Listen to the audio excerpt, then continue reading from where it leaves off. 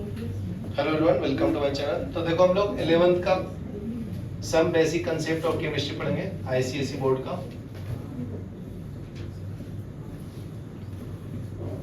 Some basic concept of chemistry.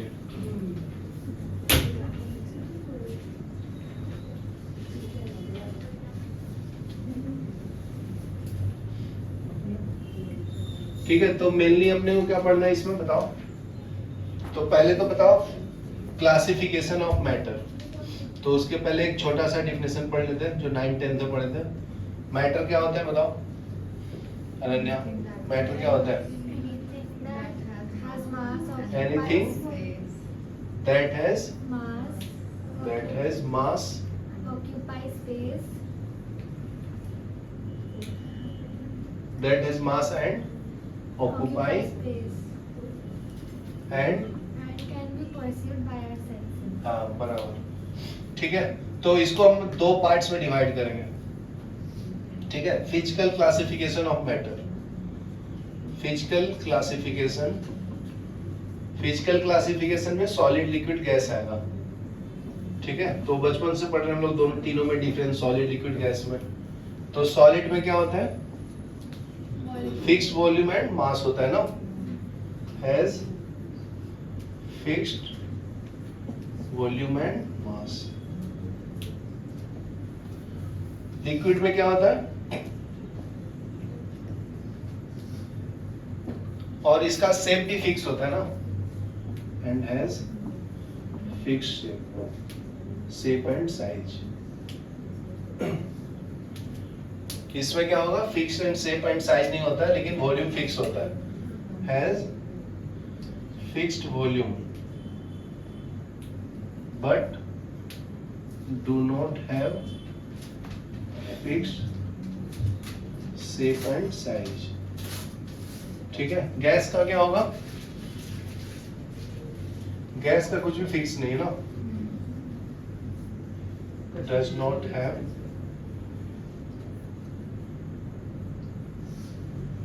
Fixed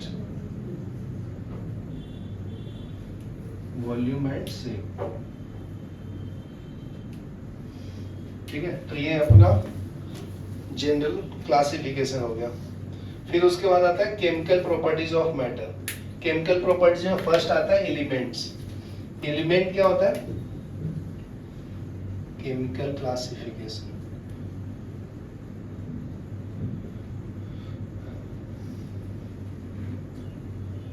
element को कैसे define करेंगे बताइए। 118 एलिमेंट है ना,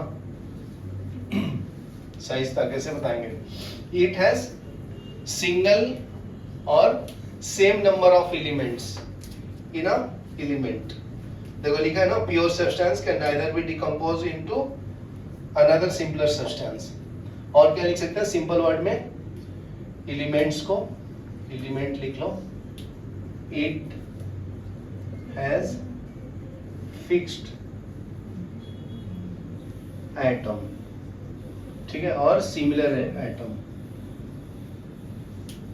जैसे देखो आयरन का ये रॉड है, तो कहीं भी तुम जाओगे तो आयरन का ही रॉड मिलेगा, आयरन का एटम ही मिलेगा ना, Fe से बना है तो। ठीक है, उसी तरह से कॉपर है, तो कॉपर भी एलिमेंट है।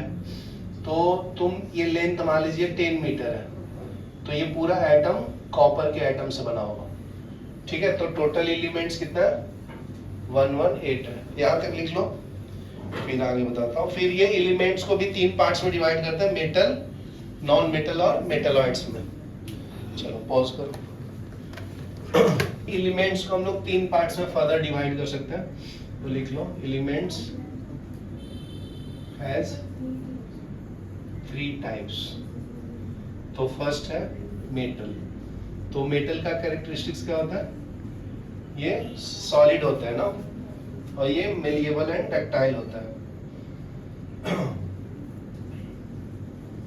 They are solid. ठीक है, which possess the following characteristics। चाहे लिख लो which possesses the characteristics of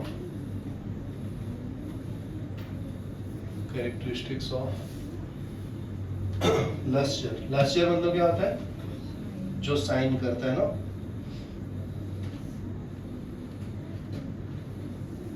signing. Next है मॉडरेट हार्डनेस, हार्डनेस मॉडरेट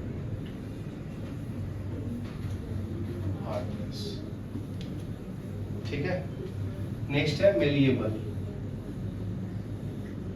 या मेलेबिलिटी बोलते हैं। मेलेबिलिटी मतलब बताओ, जैसे ये कॉपर का वायर है तो हैमरिंग करके इसको एक प्लेन शीट में कन्वर्ट कर सकते हैं ना, तो उसको बोलते हैं मेलिएबिलिटी, ठीक है। तो लिख दो can be placed into plain sheet, ठीक है। नेक्स्ट है डक्टिलिटी, डक्टिलिटी मतलब can be drawn into water, ये वायर, जैसे ये लंबा रॉड है तो इसको हैमरिंग करके लंबा बना सकते हैं और पतला कर सकते हैं ना, तो can be drawn into wires, ठीक है।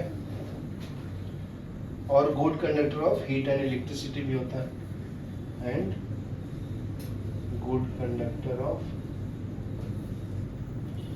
हीट एंड इलेक्ट्रिसिटी, ठीक है। क्यों? क्योंकि उसके पास फ्री इलेक्ट्रॉन होता है ना लास्ट ऑर्बिट में, free electrons in last orbit, ठीक है, तो उससे करंट फ्लो होता है। नेक्स्ट है, नेक्स्ट क्लासिफिकेशन है एलिमेंट का नॉन मेटल, ठीक है। तो इसका में लेवल इंडक्टिलिटी नहीं होता है, बट इसका थोड़ा प्रॉपर्टी जो है साइनी टाइप का हो, साइनी टाइप का नहीं होता, ब्रिटल होता है। तो ये लिख लो डू नॉट लस्टर,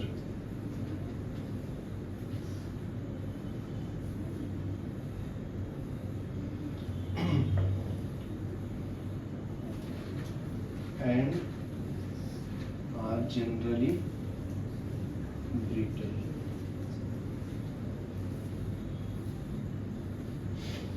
ब्रिटल मतलब अगर मैं उसको हैमर करूंगा तो पीसेस में टूट जाएगा, break into pieces.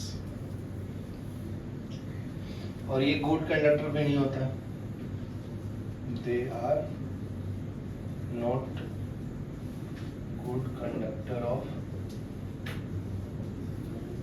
Heat and electricity,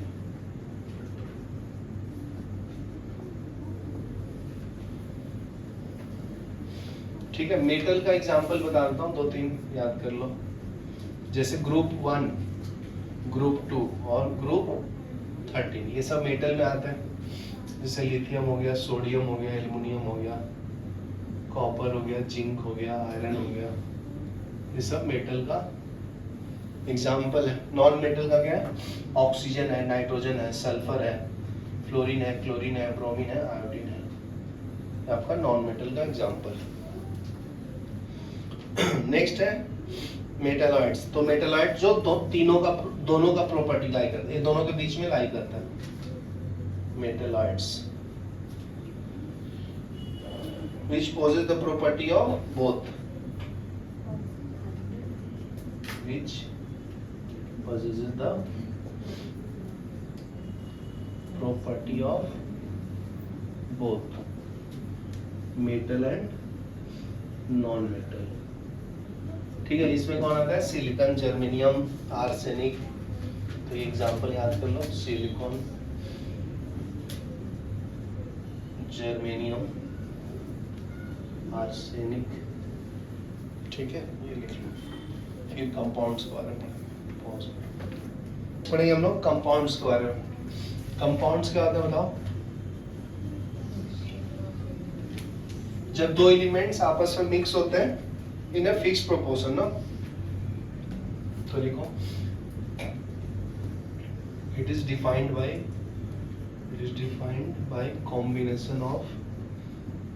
combination of two or more elements in a fixed ratio, in a fixed ratio is called compounds. जैसे देखो वाटर, तो हाइड्रोजन और ऑक्सीजन से मिलकर बना है, इसमें 2 हाइड्रोजन और 1 ऑक्सीजन है। एमोनिया 1 नाइट्रोजन है और 3 हाइड्रोजन है। कैल्शियम कार्बोनेट में 1 कैल्शियम 1 कार्बन 3 ऑक्सीजन। तो ये सब आपका कंपाउंड्स है। नेक्स्ट पढ़ेंगे हम लोग मिक्सचर। तो मिक्सचर में क्या होगा, उसका फिक्स्ड रेशियो नहीं होता ना।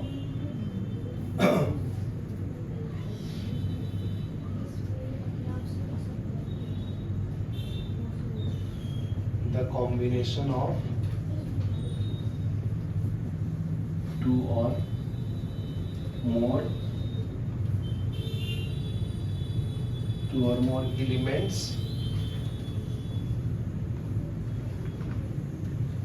or compounds in any arbitrary ratio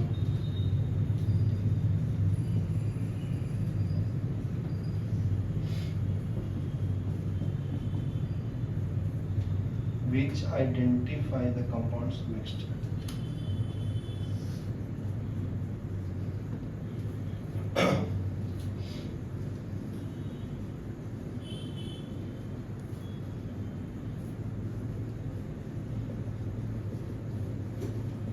तो मिक्स्ड में भी 2 पार्ट्स होते हैं ना, होमोजेनियस और हेट्रोजेनियस।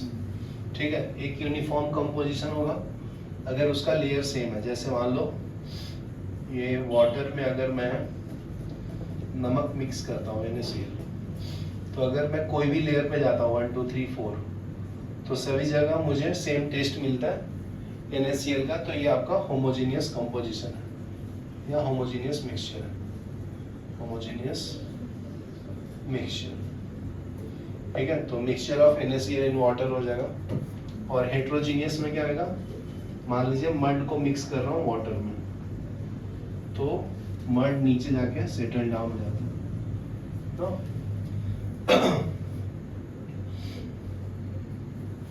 तो इसका डिफिनेशन क्या लिखोगे, when components of a mixture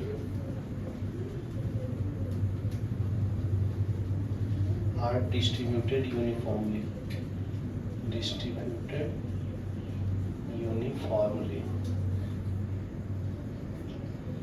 throughout the sample.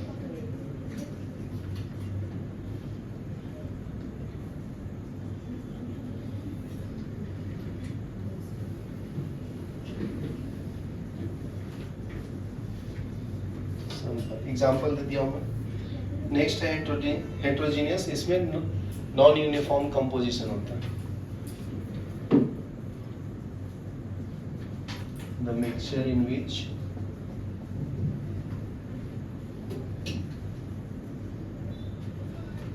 components are not distributed uniformly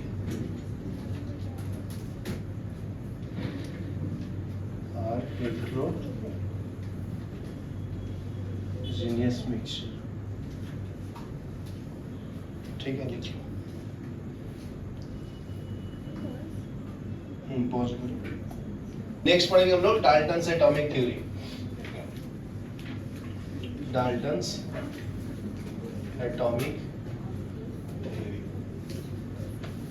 तो इसमें क्या बोला था कि जो सेम एटम है उसका सेम प्रॉपर्टी होगा, और मैटर का स्मॉलेस्ट जो पार्ट होता है वो होता है एटम्स ही होता है। Atom is made up of extremely small particles called atoms,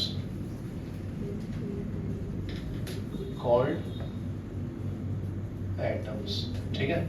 atom के बाद उन्होंने नहीं बोला था क्योंकि वो बाद में आया था ना, इलेक्ट्रॉन प्रोटॉन और न्यूट्रॉन, तो ये सब एटॉमिक पार्टिकल है, ठीक है। एटम के अंदर इलेक्ट्रॉन प्रोटॉन न्यूट्रॉन होता है, लेकिन डाल्टन्स ने सिर्फ बोला था कि एटम होता है स्मॉलेस्ट पार्टिकल। तो सेम एटम होगा तो सेम प्रॉपर्टी शो करेगा। तो लिखो, नेक्स्ट पॉइंट है atoms of a particular elements are identical, identical. जैसे देखो हाइड्रोजन एटम है, दूसरा हाइड्रोजन एटम, तो सेम प्रॉपर्टी शो करेगा, ठीक है, सेम प्रॉपर्टी। अगर डिफरेंट एटम लूंगा, जैसे ऑक्सीजन हो गया, तो ऑक्सीजन का प्रॉपर्टी हाइड्रोजन के प्रॉपर्टी के साथ मैच नहीं करेगा, ठीक है ना। तो यहाँ पे लिखो do not have same property, ठीक है। तो ये दूसरा पॉइंट हो गया उसका। तो इसी में आइडेंटिकल है, इसका मतलब शेप साइज भी सेम है, same shape and size, shape size, volume भी बोल सकते हैं, मास भी बोल सकते हैं, केमिकल प्रॉपर्टीज भी बोल सकते हैं, same chemical properties also.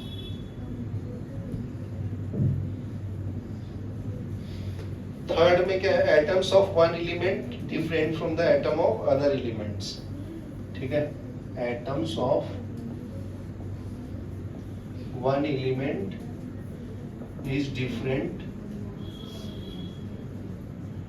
From atom of other element, ठीक है। तो ये तो मैं बता चुका हूं, जैसे हाइड्रोजन का प्रॉपर्टी ऑक्सीजन के प्रॉपर्टी के साथ मैच नहीं करेगा, चाहे दूसरा एलिमेंट भी रहेगा। तो नेक्स्ट है, एटम्स को हम लोग डिवाइड नहीं कर सकते, तो बाद में पता चला था कि डिवाइड भी कर सकते हैं इलेक्ट्रॉन प्रोटॉन न्यूट्रॉन में, लेकिन एटम डाल्टन्स ने बोला था कि नहीं होगा। तो एटम्स आर इंडिविजिबल, ठीक है, उसको हम लोग डिवाइड नहीं कर सकते, that is they can not be further divided, ठीक है। नेक्स्ट क्या है, और इनडिस्ट्रक्टिबल है, मतलब उसको हम लोग डिस्ट्रॉय भी नहीं कर सकते ना क्रिएट कर सकते, they are indestructible, that is neither created nor destroyed,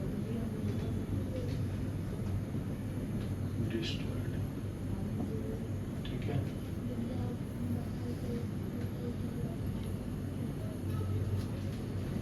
तो एटम ही केमिकल रिएक्शन में पार्टिसिपेट्स करता है,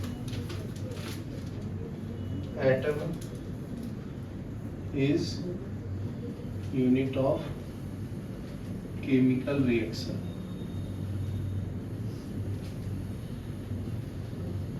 ठीक है, that take part in chemical reaction।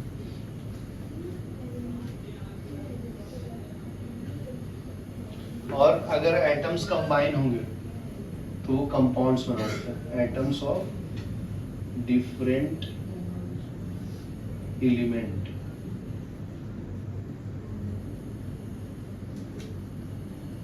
combined each other to form compound, ठीक है, लिख लो ये। देखो लॉ ऑफ केमिकल रिएक्शन, तो नेक्स्ट टॉपिक है अपना लॉज ऑफ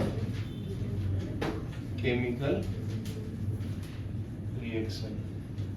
तो फर्स्ट लॉ पढ़ेंगे, law of conservation of mass, law of conservation of mass. तो ये बचपन से पढ़ रहे हो ना, mass is neither created nor destroyed ना, mass is neither created nor destroyed,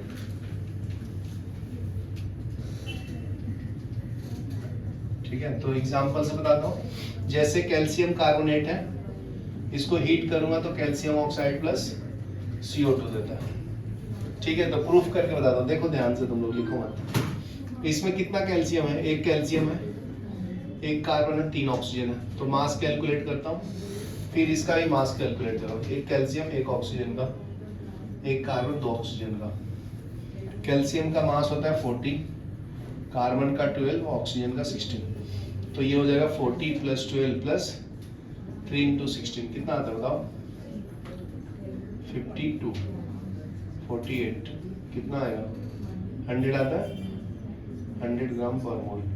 इसका कैलकुलेट करो कैल्शियम 40 16 कितना आता है 56 और इसका 12 प्लस 2 इंटू 16 तो 12 प्लस 32 4 4 ना ऐड करोगे तो देखो ये दोनों को 100 आया। तो देखो रिएक्टेंट साइड और प्रोडक्ट साइड मास सेम है ना, तो इसको बोल सकते हैं ना लॉ ऑफ कंजर्वेशन ऑफ मास को सेटिस्फाई करता है। तो कोई भी केमिकल रिएक्शन है तो लॉ ऑफ कंजर्वेशन ऑफ मास को फॉलो करेगा, ठीक है। 12th में भी चेक कर सकते हो 11th में भी। एक और चेक करके देखते हैं H2 प्लस N2 मिलकर एमोनिया दे रहा है, तो बैलेंस कर लेता हूँ।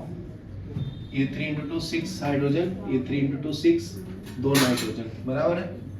तो टोटल 6 हाइड्रोजन इधर हो गया, 2 नाइट्रोजन राइट में 2 नाइट्रोजन 6 हाइड्रोजन। तो एटम भी काउंट करोगे तो सेम ही तो है, तो मास भी निकालो तो सेम ही आएगा ना। तो 6 इंटू 1 हाइड्रोजन का नाइट्रोजन का 14 होता है, याद कर लेना। ऊपर वाला मास होता है, नीचे वाला एटॉमिक नंबर होता है।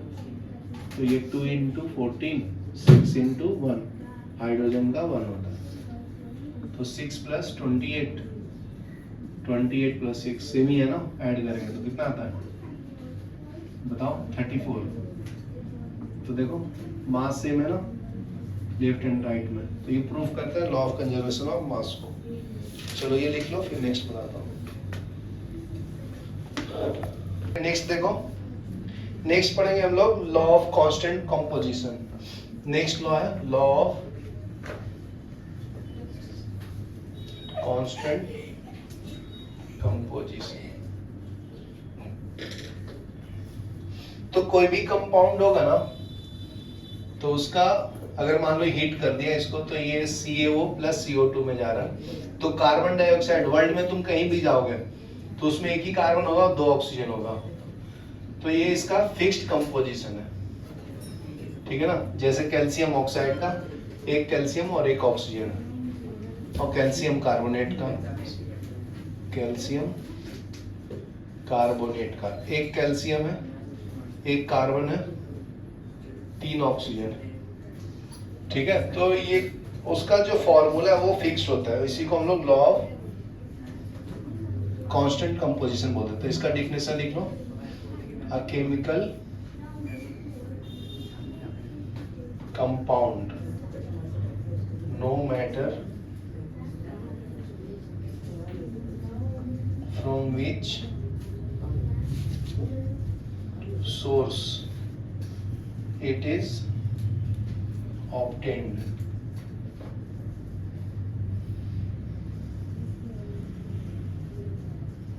always contain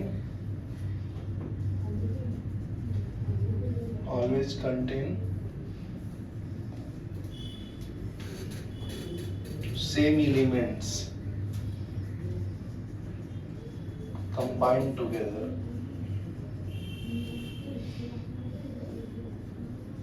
in same definite proportion by mass, ठीक है। तो ये मैं लिख दिया, एग्जांपल भी दे दिया।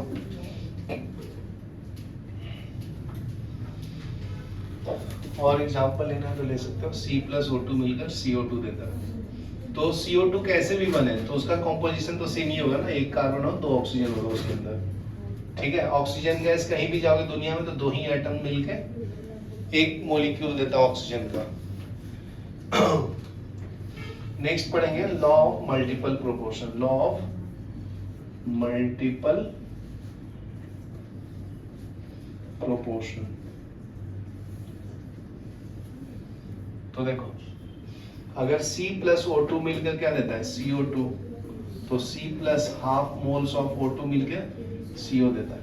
अभी ध्यान से सुनो, लिखो मत। यहाँ पे देखो रिएक्टेंट तो दोनों का सेम है ना, इसमें 1 मोल जाता है तो CO2 देता है, हाफ मोल जाता है तो CO देता है। कार्बन मोनोऑक्साइड,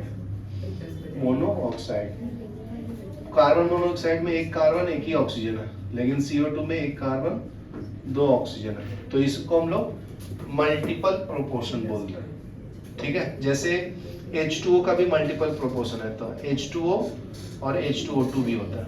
तो ये मल्टीपल प्रोपोर्शन, समझा ना।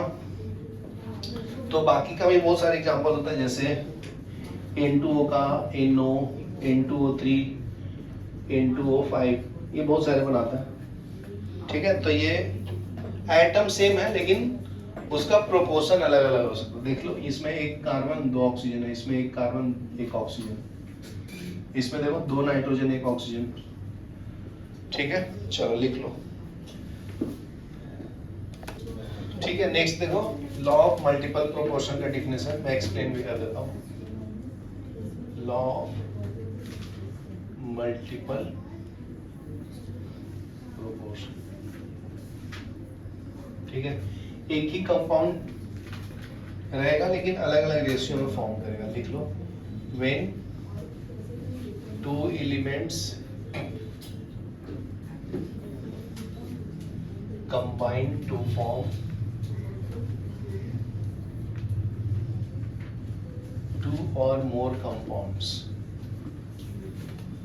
ठीक है। 2 ही एलिमेंट्स होंगे, जैसे एग्जांपल दिया था ना CO और CO2, तो एलिमेंट्स इसमें कार्बन ऑक्सीजन ही है, कार्बन ऑक्सीजन है, खाली रेशियो अलग है, इसमें 1:1 है, 1:2 है, उसको हम लोग लॉ ऑफ मल्टीपल प्रोपोर्शन बोलते हैं। Then different mass of one element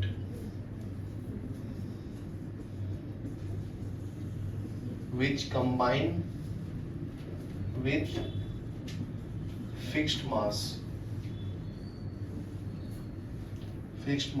of other element, ठीक है। bear a simple whole number ratio,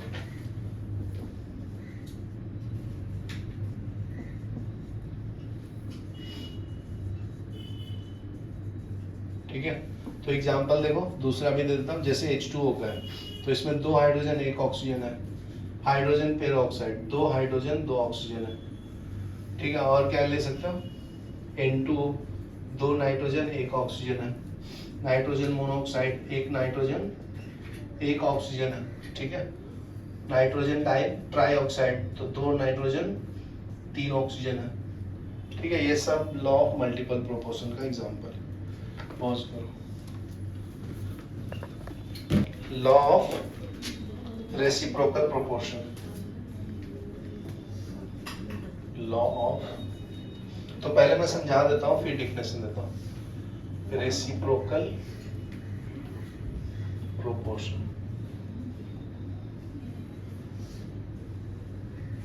देखो एग्जांपल समझेगा। देखो यहाँ पे हाइड्रोजन एटम ले लिया और यहाँ पे सल्फर, तो ये दोनों के कॉम्बिनेशन से क्या मिलता है, हाइड्रोजन सल्फाइड, और यहाँ पे ऑक्सीजन ले लेता हूँ। ऑक्सीजन और सल्फर के कॉम्बिनेशन से सल्फर डाइऑक्साइड मिलता है, और हाइड्रोजन और ऑक्सीजन के कॉम्बिनेशन से वाटर मिलता है, ठीक है। तो ये तुम्हारा लॉ ऑफ रेसिप्रोकल हो गया प्रॉपर्टी। 3 एटम का है कॉम्बिनेशन, लेकिन ये दोनों को मिलाओगे तो हाइड्रोजन सल्फाइड देता है, सल्फर ऑक्सीजन को मिलाओगे तो सल्फर डाइऑक्साइड, हाइड्रोजन ऑक्सीजन को मिलाएंगे तो वाटर, हाइड्रोजन ऑक्साइड मिलता है, ठीक है। तो रेशियो चेक करने तो कर लो, इसका रेशियो कितना आएगा, मास का 2 हाइड्रोजन 1 सल्फर है, कितना आता है 2 प्लस सल्फर 32 ना, 34 आया। ये दोनों का चेक करो, 32 प्लस 32 ना, तो 464 ग्राम पर मोल। इसका कितना आता है 18 आता है ना, चेक कर लेना, ठीक है। ये हो गया तुम्हारा, और ये दोनों का रेशियो लेंगे तो हाइड्रोजन और सल्फर का, तो 2:32 कितना आता है 1:16, और इसका कितना आएगा, सल्फर और 2 ऑक्सीजन का लेंगे तो 32:32, 1:1, इसका कितना आता है 2 हाइड्रोजन और 1 ऑक्सीजन का 2:16, 1:4, 8 ना, ठीक है। तो देख सकते हो ये आपका 1:8 है, 1:16 है, और ये देखो तो ये 1 1 आया ना, अगर ये दोनों को तुम डिवाइड करोगे तो 1:1 ही आएगा। चाहे ऐसे कर लो 1/8 रेशियो, इसका कितना आएगा 1/16, कितना आता है, कैंसिल करेंगे तो 2, 1:2। समझा? तो सिंपल रेशियो में भी कन्वर्ट कर सकते हो। तो इसमें क्या करना है, 3 एटम को लेना है और उससे कंपाउंड फॉर्म करना है और उसके रेशियो निकालना है। ठीक है, तो देखो रिलेशन आएगा ना, इसका ये 2 टाइम्स है, ये सिंपल रेशियो इनका 1 1 है, और ये दोनों को सिंप्लीफाई करेंगे तो 1:2 आता है। बस ऐसे चेक करना है इसमें। तो इसका डेफिनेशन देखो, ये इतना इंपॉर्टेंट नहीं है। ठीक है, इसके पहले वाला था ना मल्टीपल प्रोपोर्शन और लॉ ऑफ कांस्टेंट प्रोपोर्शन, वो दोनों इंपॉर्टेंट है। इसका डेफिनेशन लिख लो, when 2 elements combine separately with a definite mass of third element,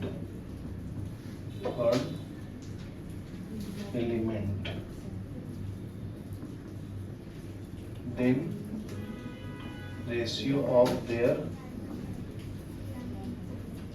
masses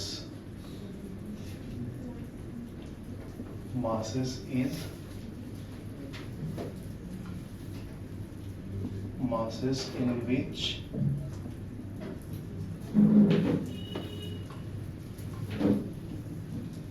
they do so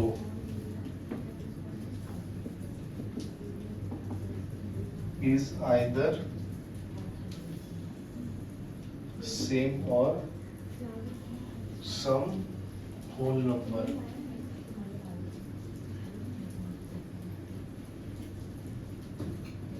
multiple of ratio।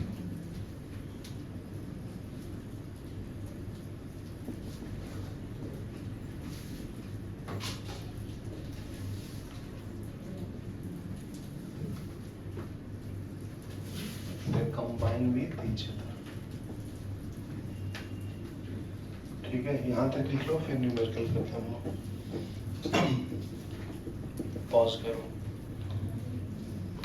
देखो बहुत सिंपल है। नेक्स्ट लॉ है गैलो-सेक्स लॉ।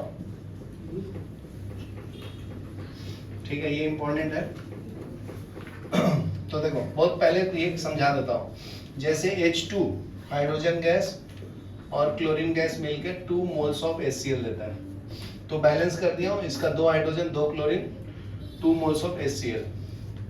तो देखो इसका 1 मोल जाता है, इसका 1 मोल जाता है और 2 मोल फॉर्म होता है, 1 मोल और ये फॉर्मेशन ऑफ 2 मोल्स, बराबर ना। तो उन्होंने क्या बोला कि जो नंबर ऑफ मोल्स होगा ना वो directly proportional to number of volume होगा, मतलब कितना वॉल्यूम रिक्वायर्ड होगा। तो 1 मोल मतलब ये 1 लीटर कंज्यूम करेगा, 1 लीटर कंज्यूम होगा और 2 लीटर फॉर्म होगा। सिंपल है ना, बस मोल को लीटर में कर देना, सिंपल तो है। ठीक है, जैसे हम लोग को पता भी है कि 1 मोल ऑफ एनी सब्सटेंस कितना होता है, 22.4 लीटर होता है। ये एक फॉर्मूला है, जैसे मोल्स इज इक्वल टू होता है mass given divided by molar mass. ठीक है, is equal to volume given upon 22.4 litre is equal to number of molecules divided by Avogadro's constant।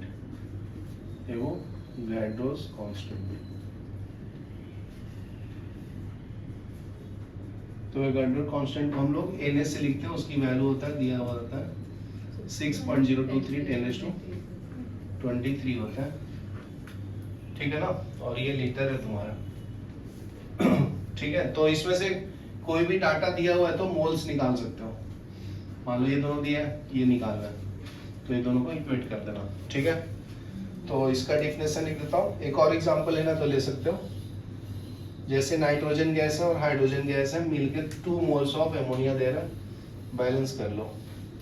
तो इसका 1 लीटर जाएगा, इसका 3 लीटर, और बनेगा कितना एमोनिया, 2 लीटर। समझा ना? तो यही तो मोल्स का भी रेशियो है ना, सिंपल है ना, बस मोल्स के रेशियो को लीटर में कन्वर्ट कर देना। इसी को हम लोग गैलो-सैक्स लॉ बोलते हैं। तो इसका डिफिनेशन लिख लो।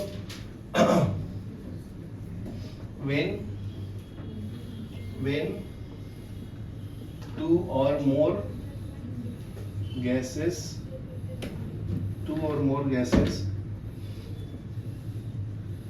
react with one another, their volumes bear a simple whole number